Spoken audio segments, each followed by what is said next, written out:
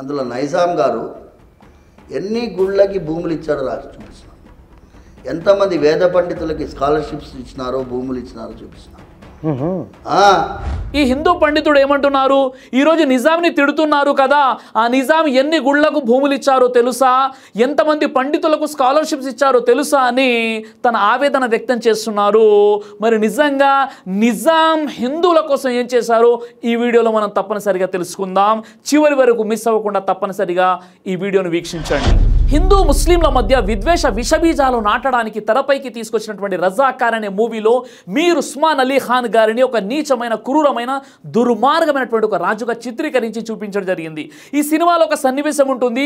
నిజాం సర్కార్కి చెందినటువంటి 15 నుండి 20 మంది వ్యక్తులు వచ్చి ఒక హిందువుని అతి భయంకరంగా కొట్టి ఆ తర్వాత ఆ వ్యక్తి దాహం అని పరితపిస్తూ ఉంటే ఈ కొట్టిన వారంతా కలిసి ఒక పాత్రలో మూత్రం పోసి ఆ మూత్రాన్ని ఆ కొట్టినటువంటి వ్యక్తికి తాగించడం జరుగుతుంది. చీచీచి సిగ్గుసరం లేకుండా చరిత్రను వక్రీకరించేసి ఇంత దారుణమైనటువంటి సన్నివేశాలు అందులో ఎలా చూపించగలిగారు? అయితే ఈ రజాకార్ సినిమా యొక్క ప్రొడ్యూసర్ ఎవరు? గూడూరు నారాయణ రెడ్డి. ఈయన హైదరాబాద్లోని జూబ్లీ హిల్స్లో రోడ్ నెంబర్ 5 ఫ్లాట్ నెంబర్ 50లో ఉంటారు. ఆ ప్రాంతానికి మంచినీళ్లు ఎలా వస్తాయంటే మున్సిపల్ వారు ఇచ్చినటువంటి వివరాల ప్రకారంగా హిమాయత్ సాగర్ మరియు ఉస్మాన్ సాగర్ నుండి ఆ ప్రాంతానికి మంచినీళ్లు వస్తాయి. అంటే ఈ సినిమా తీసినటువంటి ప్రొడ్యూసర్ గూడూరు నారాయణ రెడ్డి తన జీవితకాలం అంతా కూడా ఉస్మాన్ సాగర్ డ్యామ్ నుండి వచ్చేటటువంటి నీళ్లు తాగుతూ ఇప్పుడేమో తాను తీసినటువంటి రజాకార్ సినిమాలో నిజాం సర్కార్కి చెందినటువంటి వ్యక్తులు ఆనాడు హిందువులకు మూత్రం తాగించారని ఇంత సిగ్గు లేకుండా ఈ సన్నివేశాన్ని చిత్రీకరించడం ఎంత సిగ్గుచేటో ఒక్కసారి మీరు ఆలోచించండి. రెండో విషయం ఏంటంటే ఉత్తరప్రదేశ్ వారణాసిలోని బనారస్ హిందూ యూనివర్సిటీ ఉంది. ఇది 1916లో స్థాపించడం జరిగింది. కొన్ని సంవత్సరాల తర్వాత ఈ విశ్వవిద్యాలయాన్ని నడపడం వారికి చాలా కష్టమైపోయింది. ఎందుకంటే ఆర్థిక వనరుల కొరత ఏర్పడింది. అప్పుడు ఈ విశ్వవిద్యాలయానికి చెందినటువంటి నిర్వాహకులు ఎవరైతే ఉన్నారో వారు 7th జనవరి 1939 నిజాం సర్కార్ మీర్ ఉస్మాన్ అలీ గారి వద్దకు వచ్చేసి మేము మా విశ్వవిద్యాలయాన్ని నడపలేకపోతున్నాం, ఆర్థిక వనరుల కొరత ఏర్పడింది కాబట్టి దయచేసి మీరు మాకు సహాయం చేయండి అని అన్నప్పుడు ఆయన ఒక్క క్షణం కూడా ఆలోచించకుండా 1,00,000 రూపాయలు హిందూ యూనివర్సిటీకి ఆయన విరాళంగా ఇవ్వడం జరిగింది. ఆ కాలంలోని 10 గ్రాముల బంగారం ధర విలువ 18 రూపాయలు. నేడు 10 గ్రాముల బంగారం దాదాపుగా 60,000 రూపాయలు ఉన్నాయి. ఆనాడు నిజాం ఇచ్చినటువంటి 1,00,000 రూపాయల విరాళము ఈనాటి బంగారంతో మనం పోల్చి చూసినట్లయితే 34 కోట్ల రూపాయలు అవుతాయి. ఒక్క క్షణం కూడా ఆలోచించకుండా బనారస్ హిందూ యూనివర్సిటీ కోసం 34 కోట్ల రూపాయలు ఇచ్చినటువంటి నిజాం చక్రవర్తిని ఈరోజు నిందిస్తున్నారు. ఇది నేను చెప్పట్లేదు, టైమ్స్ ఆఫ్ ఇండియా నవంబర్ 23, 2019 ఆర్టికల్లో ఇది మీరు చూడవచ్చు. మూడవది మహారాష్ట్రలోని పూణేలో బందార్కర్ ఓరియంటల్ రీసెర్చ్ ఇన్స్టిట్యూట్ ఉంది. ఇది 1917లో స్థాపించడం జరిగింది. ఆ తర్వాత ఈ ఇన్స్టిట్యూట్ని ముందుకు కొనసాగించడానికి నిధుల కొరత ఏర్పడినప్పుడు ఈ సంస్థకు చెందినటువంటి నిర్వాహకులు 1932లో మీర్ ఉస్మాన్ అలీ ఖాన్ గారి వద్దకు వచ్చేసి మేము మా పిల్లలకు మత విద్య మహాభారతాన్ని నేర్పిస్తాము, వారికి ఒక హాస్టల్ ఫెసిలిటీ లేదు, అలాగే మహాభారతం యొక్క పబ్లికేషన్ చేసుకోవడానికి మా వద్ద నిధులు లేవు, మీరు విరాళాలు ఇవ్వండి అని చెప్పినప్పుడు ఒక్క క్షణం కూడా ఆలోచించకుండా తన ఖజానా నుండి మీర్ ఉస్మాన్ అలీ ఖాన్ గారు 50,000 రూపాయలు విరాళంగా ఇవ్వడం జరిగింది. ఆనాటి 50,000 రూపాయలను ఈనాటి కరెన్సీతో మనం పోల్చినట్లయితే 17 కోట్ల రూపాయలు అవుతాయి. అంతేకాదు ప్రతి సంవత్సరం నా ఖజానా నుండి 1000 రూపాయలు మీకు ఇవ్వడం జరుగుతుంది, మీరు పబ్లికేషన్ చేసుకోండి అని నిజాం చెప్పారు. అంటే మహాభారతం నేర్చుకోవడానికి పిల్లలకు హాస్టల్ కావాలి కాబట్టి 17 కోట్ల రూపాయలు ఇచ్చారు ఈనాటి కరెన్సీతో. అలాగే ప్రతి సంవత్సరం 36 లక్షల రూపాయలు ఇవ్వడం జరిగింది పబ్లికేషన్ చేసుకోవడానికి. దేనికోసం? మహాభారతం మత విద్య కోసం. అలాంటి నిజాం చక్రవర్తి ఈరోజు హిందూ వ్యతిరేకి ఎలా అయ్యాడు? ఇవి నేను కల్పించి చెప్పే విషయాలు కాదు. కావాలంటే మీరు గూగుల్లో సెర్చ్ చేసి చూడండి. బందార్కర్ ఓరియంటల్ వెబ్సైట్ని కాస్త మీరు సెర్చ్ చేస్తే ఇప్పుడు కూడా పూణేలో ఈ హాస్టల్ అనేది ఉన్నట్లుగా మీకు కనిపిస్తుంది. అంతేకాదు నిజాం రాజు తెలంగాణలోని భువనగిరి జిల్లా యాదగిరిగుట్ట టెంపుల్ కోసం 82,825 రూపాయలను విరాళంగా ఇవ్వడం జరిగింది. నేటి కరెన్సీతో పోల్చినట్లయితే 25 కోట్ల రూపాయలు. అంతెందుకండి, గత సంవత్సరం ఫిబ్రవరి నెల 2023న నిజాం సర్కార్ యొక్క కోడైనటువంటి గౌరవ గౌరవ ప్రిన్సెస్ అస్రా గారిని యాదగిరిగుట్ట నిర్వాహకులు వచ్చేసి కలవడం జరిగింది. ఆ సందర్భంగా ఆమె డైమండ్ హారాన్ని యాదగిరిగుట్ట కోసం విరాళంగా ఇవ్వడం జరిగింది. ఇదేదో నా నోటి మాటలు కాదు, మీరు చెక్ చేసుకోండి. ద టైమ్స్ ఆఫ్ ఇండియా ఫిబ్రవరి 26, 2023లో ఈ యొక్క ఆర్టికల్ మీరు చూడవచ్చు.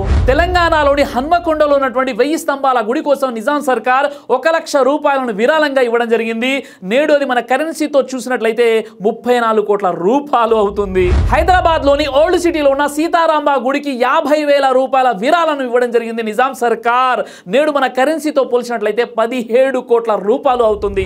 భద్రాచలంలోని శ్రీ సీతారామచంద్ర గుడికి 30,000 రూపాయలు విరాళంగా ఇవ్వడం జరిగింది నిజాం సర్కార్. నేడు మన కరెన్సీతో పోల్చినట్లయితే 10 కోట్ల రూపాయలు అవుతుంది.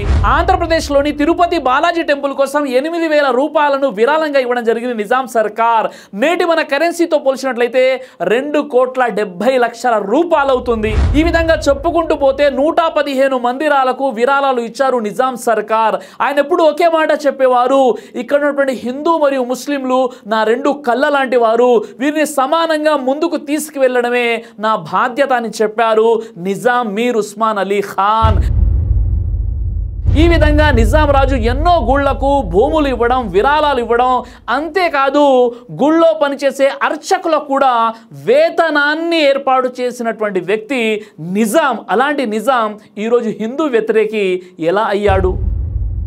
ఈ విధంగా తన పరిపాలనలో హిందూ ముస్లిం అనేటటువంటి భేదము లేకుండా అందరినీ కలుపుకుంటూ వెళ్ళడమే తన ఆనవాయితీగా ఉండేది తప్ప ఎక్కడ కూడా మతపరంగా నిజాం చూసినటువంటి దాఖలాలు ఎక్కడ కూడా మనకు కనిపించవు.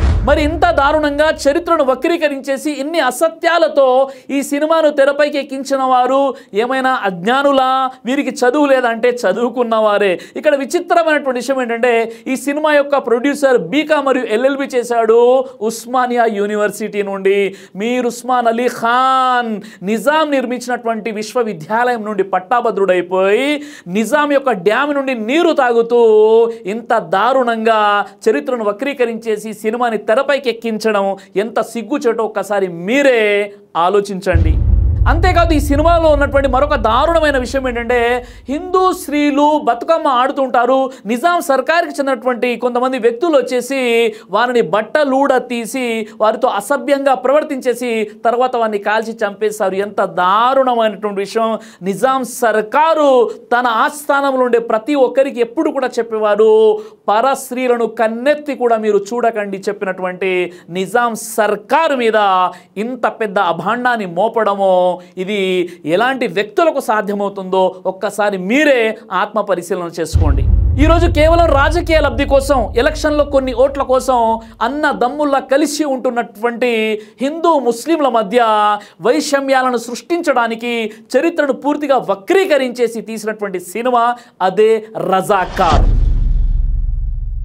ఇలాంటి సినిమాలను ఎలక్షన్స్ కంటే ముందు తెరపైకి ఎక్కించేసి మీరు మాకు ఓటేయండి, మమ్మల్ని గెలిపించండి, లేదంటే ఇలాంటి స్థితి మరొకసారి మీరు చూడవలసి వస్తుంది అని ప్రజల్ని మభ్యపెట్టే ప్రయత్నం చేస్తున్నారు. ఒక్క విషయాన్ని గుర్తుపెట్టుకోండి వీక్షకులారా, ఆ విషయం ఏంటంటే 1000 సంవత్సరాలు మన భారతదేశాన్ని ముస్లింలు పరిపాలించినప్పుడు ఇది ఇస్లామిక్ కంట్రీగా మారలేదు. 200 సంవత్సరాలు బ్రిటిష్ వారు మన భారతదేశాన్ని పరిపాలించినప్పుడు ఇది క్రైస్తవ దేశంగా మారలేదు. మరి అలాంటప్పుడు ఇప్పుడు కలిసినటువంటి వాతావరణంలో ఇది ఇస్లామిక్ దేశంగా మారుతుందా? ఎంత అవివేకం ఒక్కసారి మీరు గుర్తుపెట్టుకోండి. కాబట్టి ఈ మతోన్మాదులు ఇలాంటి సినిమాలని తెరపైకి ఎక్కించేసి హిందూ ముస్లింల మధ్య వైషమ్యాలను సృష్టించే ప్రయత్నం అహర్నిశలు చేస్తున్నారు. కాబట్టి ఇలాంటి సినిమాలను, ఇలాంటి వ్యక్తుల్ని మనం ఎప్పుడు కూడా బైకాట్ చేద్దాం. జై హింద్. బ్రదర్ సిరాజ్ అని యూట్యూబ్ ఛానల్ని మీరు సబ్స్క్రైబ్ చేసినట్లయితే ఇన్షాల్లా దేవచిత్తం అయితే మీకు వీడియోస్ వస్తుంటాయి. అదేవిధంగా బ్రదర్ సిరాజ్ అనేటటువంటి ఫేస్బుక్ని కూడా లైక్ చేయడం వల్ల మీకు వీడియోస్ వస్తుంటాయి.